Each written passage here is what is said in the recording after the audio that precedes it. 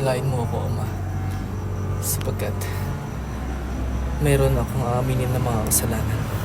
Ano nga ba mga yun, Iyo?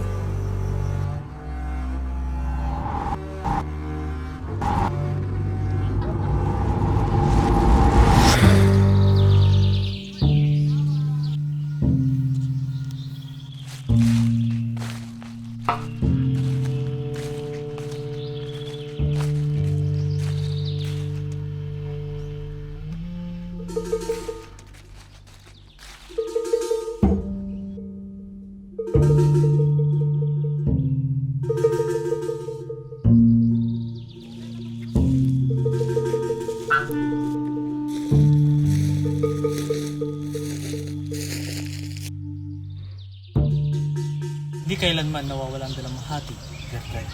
Ang tinig na yan, tila pamilyar. Sino po kayo? Isang taon may maraming pangalan. Matagal na kitang minamasdan, Basilio. Ibarra? Hindi. Imposible. Patay ka na. Hindi, Basilio. Nabuhay ako at ngayon lumalaban. Kung ganon, alam mo na ang lahat ng aking nawala. Oo, kaya sumama ka sa akin. At may alok ako upang putulin ang mga siklo. Ang paghihiganti ay hindi hustisya. Ngunit kung minsan, isa lamang sila. Isang planong uhaw sa paggigiganti sa lahat.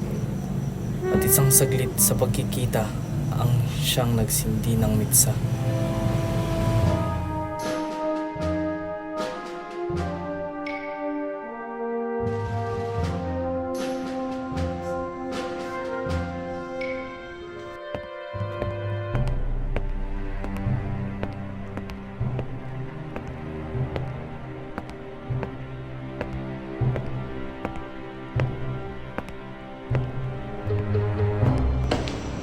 Magandang gabi mga Ginoo. Ginoong Simon. Nariyan ka na pala. Halika, Ginoo. Maupo ka rin. Maraming salamat. Kaunti na lamang ang ating oras. Lalo lumalakas ang kamay ng gobyerno. Ngunit tayo tahimik pa rin. Kinuha nila ang lupa, ang aking tahanan, ang aking pamilya. Handa na ako para sa planong ito. Paano ang bayan? Lalaban ba sila? O manliliit sa takot? Sasama sila kapag nakita nilang ako. Kailangan tayo magsindi. Dumating ako upang magligtas ng buhay, hindi upang pumatay. Kung ganon, bilangin mo ang mga patay. Ilan pa ba? Ang iyong ina at si Huli. Huli? Oo, Ginoong Basilio. Dumating ang balita kumakailan lamang.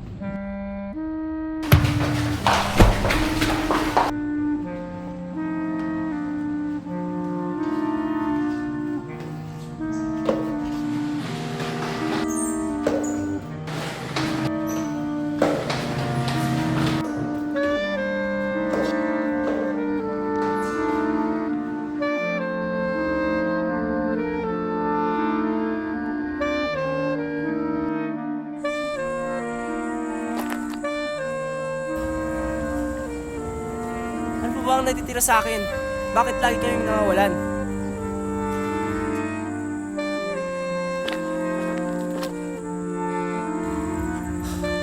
Kung ganito ang mundo, marahil tama si Simon.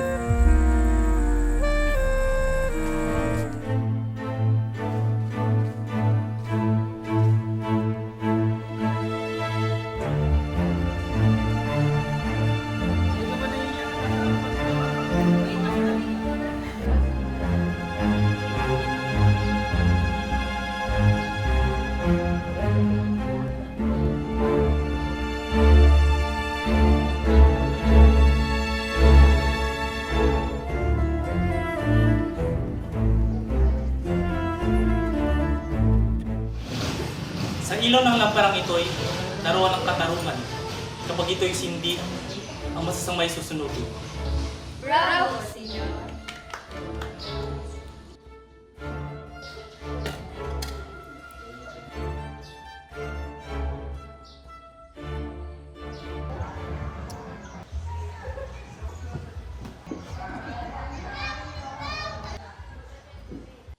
Mga imbitado lamang ang pwedeng pumasok. Meron ka bang imbitasyon? Nagkukunin lang ako.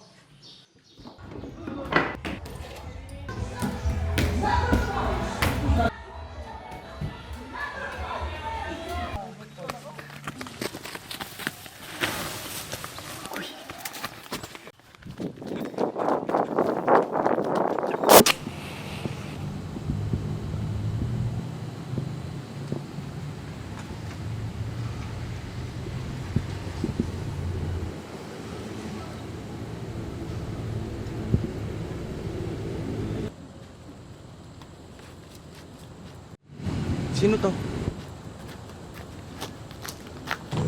Silyo, anong ginagawa mo rito? Anong nangyari? Sigani, kailangan mo makinig sa akin. May mangyayari sa kasal bukas. Hindi to basta pista. Isa itong patibong. Anong ibig mong sabihin? May tatanim siyang lampara sa gitna ng handaan. Isang bomba. Kapag iyon ay nasindihan, lahat ng nandun ay mamamatay. At ang pagsabog ang magiging senyales ng mga taong kasabwat sa revolusyon.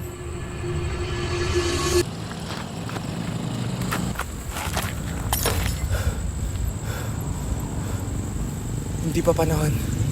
Hindi ganito ang laban.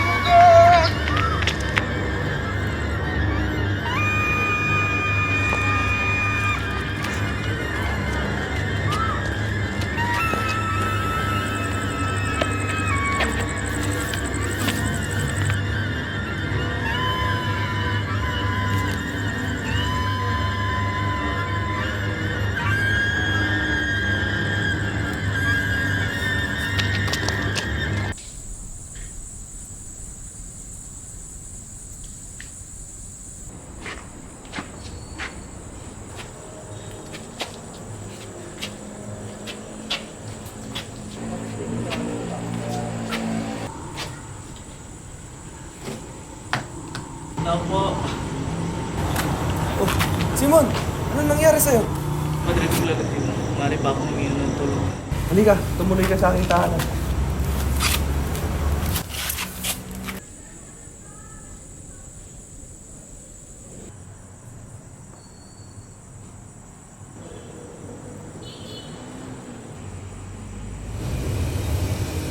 Padre, bago pumigit ang aking mga mata, nais kong ikumpisal ang lahat. Kung ito'y makakapagpagaan sa iyong kaluluwa, iyo, makikinig ako. Nais ko sana sa tamang gawin ang pagkumpisal.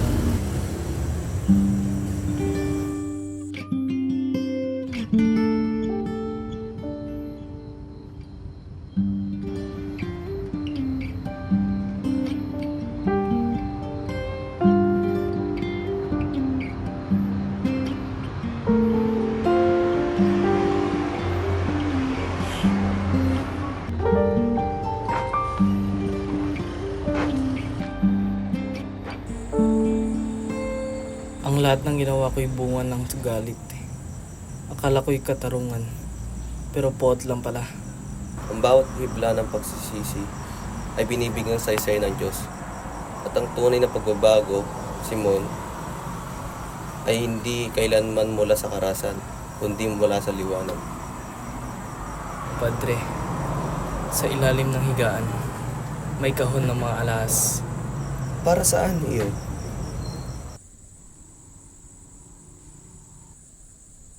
Para sa himagsikan, para sa hustisya. Ngunit ngayon, isang pagkakamali.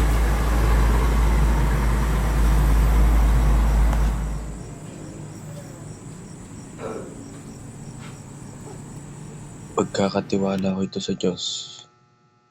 Hindi lahat ng kayamanan ay dapat manatili sa mundo.